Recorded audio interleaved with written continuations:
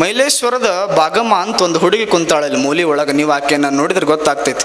ನಾವು ಯಾವತ್ತು ಕಾರ್ಯಕ್ರಮ ಮಾಡಬೇಕಾದ್ರೆ ನೀವು ನೋಡ್ರಿ, ಸಾರ್ಥಕ ಇದ್ದಾಗ ಮಾತ್ರ ಕಾರ್ಯಕ್ರಮಗಳನ್ನು ಮಾಡ್ತೇವೆ. ನೀವು ಸ್ವಲ್ಪ ಈ ಸ್ಕ್ರೀನಿನ ಒಳಗೆ ನೋಡಿಬಿಟ್ರೆ ನಿಮಗೆ ಗೊತ್ತಾಗ್ತದೆ, ಆ ಹುಡುಗಿಗೆ ಕೈ ಇಲ್ಲ. ಎಷ್ಟೋ ಜನ ನೆಪಗಳನ್ನು ಹುಡುಕ್ಯಾಡ್ತಾರೆ ನನಗೆ ಅಭ್ಯಾಸ ಮಾಡೋಕೆ ಬ್ಯಾಡ ಅಂತಂತ. ಆ ಹುಡುಗಿ ಕೈ ಇಲ್ಲ, ಆದರೂ ಆ ಛಲ ಏನಿತ್ತಲ್ಲ, ನಾನು ಏನಾದರೂ ಸಾಧನೆ ಮಾಡ್ತೀನಿ ಅನ್ನೋದು ಆಕೆಯನ್ನು ನಿಲ್ಲಿಸಿಲ್ಲದು. ನನಗೆ ದೇವ್ರ ಕೈ ಕೊಟ್ಟಿಲ್ಲ ಅಂದ್ರೆ ಏನಾಯ್ತು, ದೇವ್ರ ಕಾಲು ಕೊಟ್ಟಾನಲ್ಲ, ಕಾಲಿಂದ ಬರೆದು ನಾನು ಸಾಧನೆ ಮಾಡ್ತೀನಿ ಅಂತಂದು ಡಿಗ್ರಿ ಪದವಿಯನ್ನು ಮುಗಿಸಿದಾಳ ಹುಡುಗಿ. ಅಂದರೆ ಇವ್ರಿಗಿಂತ ದೊಡ್ಡ ವ್ಯಕ್ತಿ ವೇದಿಕೆ ಮ್ಯಾಗ ನಮಗೇನು ಯಾರ್ಲಿಕ್ಕಂದ್ರೂ ಅವಶ್ಯಕತೆ ಇಲ್ಲ ಅನ್ಕೊಂತೀನಿ ನಾನು. ಬಹಳ ದೊಡ್ಡ ಸಾಧನೆ.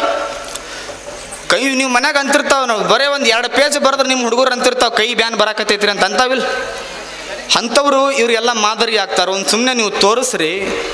ನಾನು ಕೇಳಿದೆ, ಅಜ್ಜಾರ್ ನಾನು ಯಾಕೆ ಬರಲ್ರಿ ಅಜ್ಜಾರ, ನಾವೆಲ್ಲ ಸ್ಟೂಡೆಂಟ್ಸ್ಗಳ್ರಿ, ಎಲ್ಲೋ ದೂರ ಕಡೆ ಕುಂತು ನಾವು ನೋಡೋರು ಅಂತ. ಪಾಪ ತಾಯಿ ನನಗೆ ಅಂದ್ಲು. ನಾನು ಹೇಳಿದೆ, ಅವ್ವ ನೀನು ಅನ್ಕೊಂಡು ನೀನು ಮೈಲೇಶ್ವರದಕ್ಕಾದ್ರಿ ನಾತ್ಯವ, ನೀ ಅನ್ಕೊಂಡು ನೀನು ಬಂದು ಸುಮ್ಮನೆ ಅಲ್ಲಿ ಬಾ, ನೀನೇನು ಮಾಡ್ತಿ, ನಿನ್ನ ಸಾಧನೆ ಏನದ ಅಲ್ಲೆಲ್ಲ ಜನ ನೋಡಿದಾಗ ಅವ್ರು ಖುಷಿ ಪಟ್ಟು ನನ್ನ ಮಕ್ಕಳು ಕೈ ಚಲೋ ಇದ್ರು ಬರೆಯವಲ್ಲೋಲ್ಲ ಅಂತವ್ರು ಮಕ್ಳಿಗಾದ್ರೂ ಹೇಳ್ತಾರವ್ವ, ನೀನು ಬಾ, ನೀನು ಆದರ್ಶ ಆಗ್ತಿ ಅಂತಂದಾಗ ಆ ತಾಯಿ ಇಲ್ಲಿ ಬಂದು ಕುಂತಾಳಲ್ಲ, ಆ ತಾಯಿ ಸಾಧನೆಗೆ ನಿಮ್ಮ ಜೋರಾದ.